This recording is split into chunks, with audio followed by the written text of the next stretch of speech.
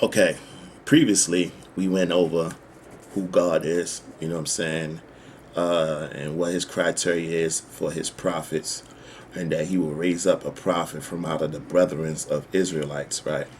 And then he will put his word. Hi, my dear Addy. Yeah. We need a referral All for right. psychological testing. Yeah, that's probably.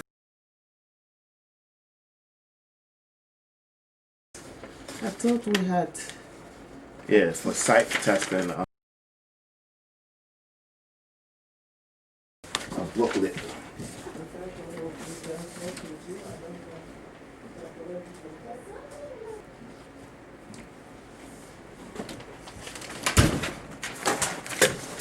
I told you I began interrupted. Pardon me. I gotta do something. And then we also went into Jeremiah, right? Jeremiah chapter 23. I think it's verse 16, and you see that there are people on the earth who will say that they are speaking the words of God, and God never sent them to say anything. You know what I'm saying? And they are actually speaking desires of their heart.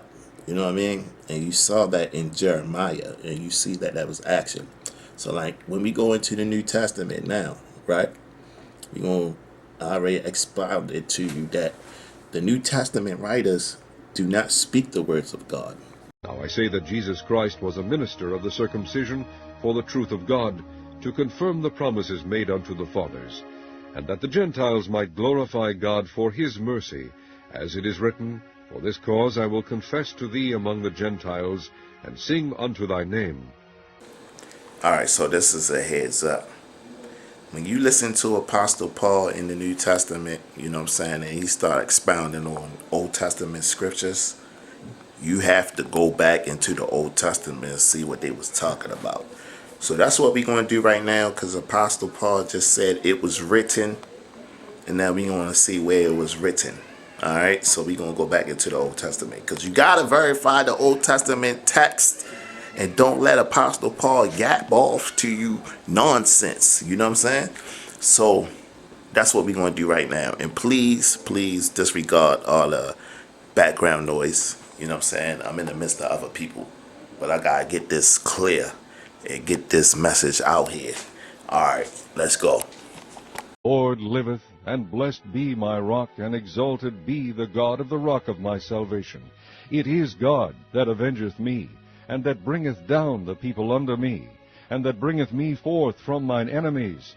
Thou also hast lifted me up on high above them that rose up against me. Thou hast delivered me from the violent man. Therefore I will give thanks unto thee, O Lord, among the heathen, and I will sing praises unto thy name. He is the tower of salvation for his king, and sheweth mercy to his anointed, unto David, and to his seed forevermore. All right, so now we see that Apostle Paul is talking his own understanding, because it says, now I say that Jesus Christ was a minister of the circumcision for the truth of God, to confirm the promise made unto the fathers, and that the Gentiles might glorify God for his mercy, as it is written. Right? So we went back to where it was written, and we see that this is David himself speaking. It's not talking about no Gentiles in the New Testament. It's not talking about no salvation of Jesus Christ for the Gentiles. It's talking about David.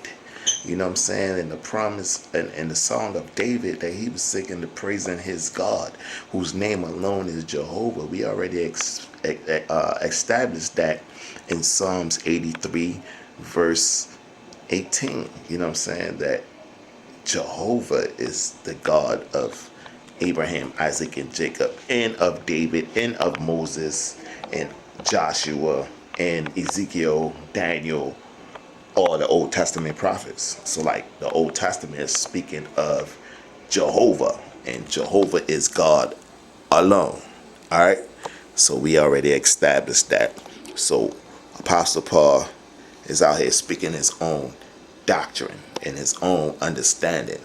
You know what I'm saying? So let's continue. I marvel that ye are so soon removed from him that called you into the grace of Christ unto another gospel, which is not another, but there be some that trouble you, and would pervert the gospel of Christ.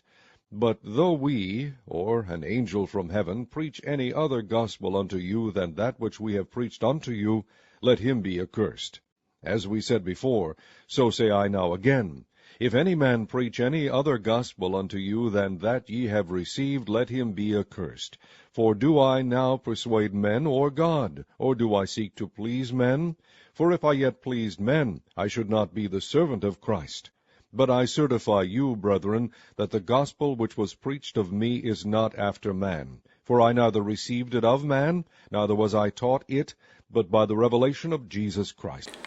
Okay, so now you heard the doctrine in the text of Galatians, and you heard what Apostle Paul was saying. All right, you heard a bunch of I say this, I. All right, now if you know anything about the Old Testament, and you know anything about Moses, you know what I'm saying, and you know anything about the doctrine of Christianity, it's a big issue right now, you know what I'm saying, because Jesus is supposed to be that man like Moses. When Peter saw it, he answered unto the people, Ye men of Israel, why marvel ye at this? Or why look ye so earnestly on us, as though by our own power or holiness we had made this man to walk? The God of Abraham, and of Isaac, and of Jacob, the God of our fathers, hath glorified his Son Jesus, whom ye delivered up, and denied him in the presence of Pilate, when he was determined to let him go. But ye denied the Holy One, and the Just, and desired a murderer to be granted unto you, and killed the Prince of Life, whom God hath raised from the dead, whereof we are witnesses. And his name, through faith in his name, hath made this man strong, whom ye see and know. Yea, the faith which is by him hath given him this perfect soundness in the presence of you all. And now, brethren, I wot that through ignorance ye did it, as did also your rulers. But those things which God before had shewed by the mouth of all his prophets, that Christ should suffer, he hath so fulfilled. Repent ye therefore, and be converted, that your sins may be blotted out, when the times of refreshing shall come from the presence of the Lord.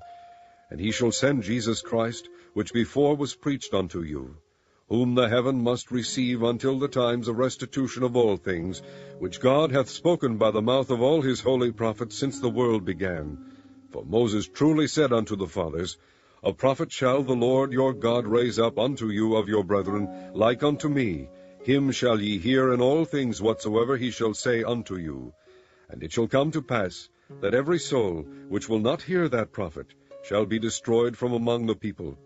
Yea, and all the prophets from Samuel, and those that follow after, as many as have spoken, have likewise foretold of these days. You know what I'm saying? We went back into Deuteronomy chapter 18, and we showed you the text where it says that God will raise up a prophet. Now, according to Peter in Acts, Jesus is that prophet like Moses. You know what I'm saying? So, according to the text, since Jesus is that man and Moses, you know what I mean, Jesus is supposed to be similar to Moses, but according to New Testament text, Jesus is God, and he's equal to God, you know what I mean? In the Old Testament, Moses is a man of God, you know what I mean? And he's not equal to God. Moses couldn't speak his own words and be talking and tell you, verily, verily, I say unto you. You know what I'm saying? The day that Moses started to speak his own doctrine, that's the day he was removed to be a prophet of Israel. You know what I'm saying? Because we're dealing with the God of Abraham, Isaac, and Jacob, who is Jehovah, and he is Jehovah alone. Therefore, Jehovah is a jealous God. Thou shalt have no other God before me. That's the first commandment. So, with that understanding, we are going to elaborate.